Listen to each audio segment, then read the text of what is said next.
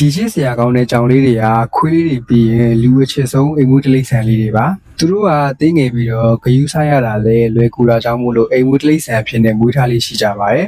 ကြောင်တွေရဲ့မိတ်လိုက်ပုံဖြစ်စဉ်ကိုစပြောပြပါမယ်အမကြောင်ကမိတ်လိုက်ချိန်ရောက်လို့ရှိရင်ခန္ဓာမငြိမ်ဖြစ်လာပြီးတော့တရှိရှိအတန်တွေပေးလေးရှိပါတယ်ပိုင်ရှင်ကိုလည်းပို့ပြီးချစ်တက်လာပြီးတော့အစားလည်းနဲလာပါတယ်နေရာတိုင်းမှာစီးသွားပြီးတော့သူ့ရဲ့ထူးခြားတဲ့နေရာကိုလည်းရှက်တာမျိုးတွေလုပ်လို့ရှိပါတယ်တဲ့ကြောင်မလေးကဒီလိုလုပ်နေရင်သူ့အတွက်မိတ်ဖက်ရှာပေးဖို့လိုအပ်နေပါ යි မဟုတ်ရင်အဖော်ရှာဖို့ရာအတွက်အိမ်ကနေထွက်ပြေးသွားနိုင်ပါတယ်စိတ်မပူပါနဲ့သူ့အလုပ်ပြီးသွားရင်သူပြန်ပြီးလာပါလိမ့်မယ်အမကြောင်ကဖေရိုမုန်းဓာတ်တွေထုတ်လုပ်ပြီးတော့တရှိရှိကြီးဆိုင်နေနဲ့သူ့အခြေအနေကိုကြီးညာပါတယ်အိမ်မွေးဖြစ်ဖြစ်တောကြောင်ပဲဖြစ်ဖြစ်အထီးကောင်တွေကအတန်နဲ့ဖေရိုမုန်းကိုခြေရခံပြီးတော့သူ့စီရောက်လာကြပါတယ်ဒါဆိုရင်တော့ရှင်မြိုင်မှုကစတင်ပါပြီအထီးကြောင်တွေကတကောင်ကိုတကောင်တိုက်ခိုက်ကြပြီးတော့ရန်ဖြစ်ကြပါတယ်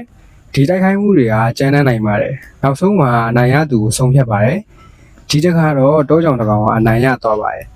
သူကအမကြောင်ရဲ့လေပင်ကိုကိုက်ပြီးတော့နောက်ဆက်တွဲလုပ်ငန်းကိုစတင်ပါတယ်ကြောင်တွေရဲ့မိတ်လိုက်ခြင်းကတကယ်တော့နာကျင်စေပါတယ်အမကြောင်ကနာကျင်တဲ့မျိုးနဲ့ညှဉ်းညူတတ်ပါတယ်နာကျင်ရတဲ့အကြောင်းရင်းကတော့ကြောင်တွေရဲ့လိန်နံထိတ်မှာပြောင်းပြန်ဆူးချုံလေးတွေရှိနေလို့ပဲဖြစ်ပါတယ်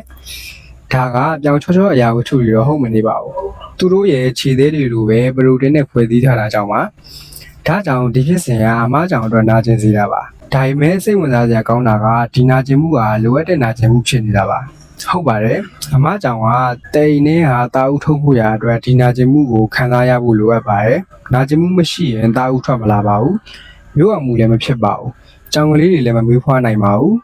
အမကြောင်ကသူ့ရဲ့မိတ်လိုက်ကာလအတွင်းမှာအထီးကြောင်များများနဲ့မိတ်လိုက်ပြီးတော့အိမ်ပြန်လာတတ်ပါတယ်အမကြောင်တစ်ကောင်ကအထီးကြောင်မျိုးစုံရဲ့တုပ်ပိုးတွေကိုတစ်ချိန်တည်းမှာမျိုးအောင်စေနိုင်ပါတယ်ဒါကြောင့်ရလက်ကအယောင်သေးစုံတွေနဲ့ကလေးတွေထွက်လာတယ်လို့ရှိပါတယ်တကယ်လို့အစ်စ်မှာကြောင်ကလေးတွေအယောင်သေးစုံနေပြီးမတူညီရတာကိုအံ့ဩမိတယ်ဆိုရင်ဒီကြောင်လေးတစ်ကောင်ချင်းစီမှာမတူညီတဲ့ဖခင်တွေရှိနေလို့ပါပဲဟုတ်ပါတယ်ဒီဖြစ်စဉ်ကို Super Federation လို့ခေါ်ပြီးတော့ကြောင်တွေအတွက်ကတော့ပုံမှန်ဖြစ်စဉ်တစ်ခုပဲဖြစ်ပါတယ်